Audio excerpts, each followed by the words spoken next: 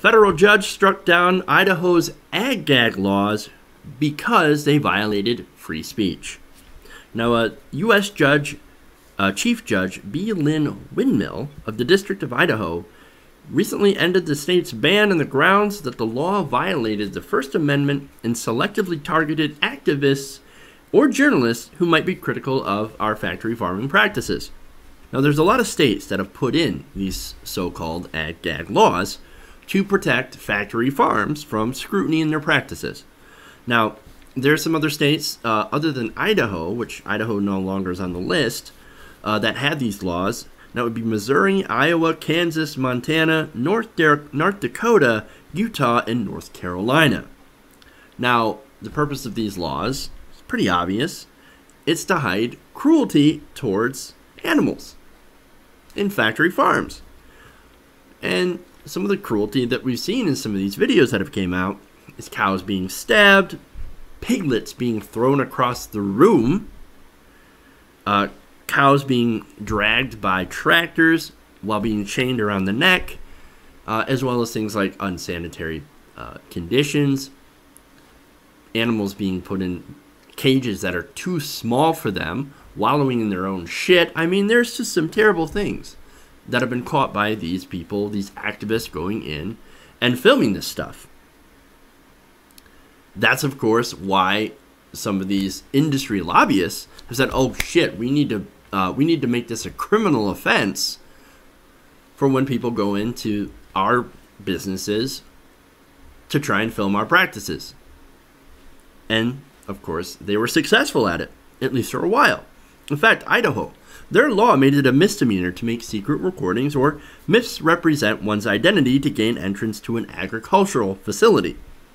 And that would be punishable by up to a year in prison plus damages. That could be actually substantial.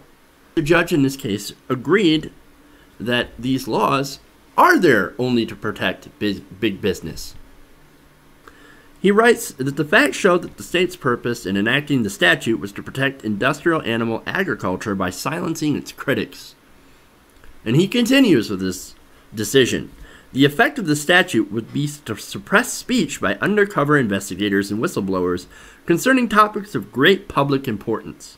The safety of the public food supply, the safety of agricultural workers, the treatment and health of farm animals, and the impact of business activities on the environment.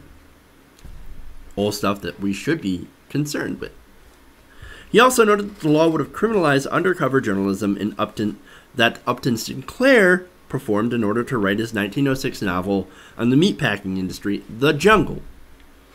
Now, that book led to a lot of industry reforms because people actually were like exposed to the truth.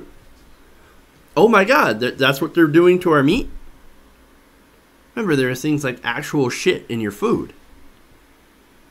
Completely unsafe practices that are now going on today because we no longer have an effective FDA. And we had these ag-gag laws in place to prevent people from actually knowing what actually goes on in our factory farming process when it comes to our food supply. There are so many issues with our food supply. So many things that are going on that are just terrible practices. Also that these corporations can make an extra dollar. It's crazy.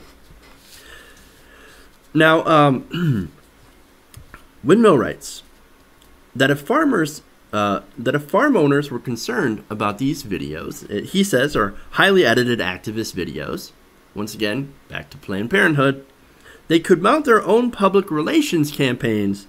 The remedy for misleading speech or speech we do not like is more speech, not enforced silence.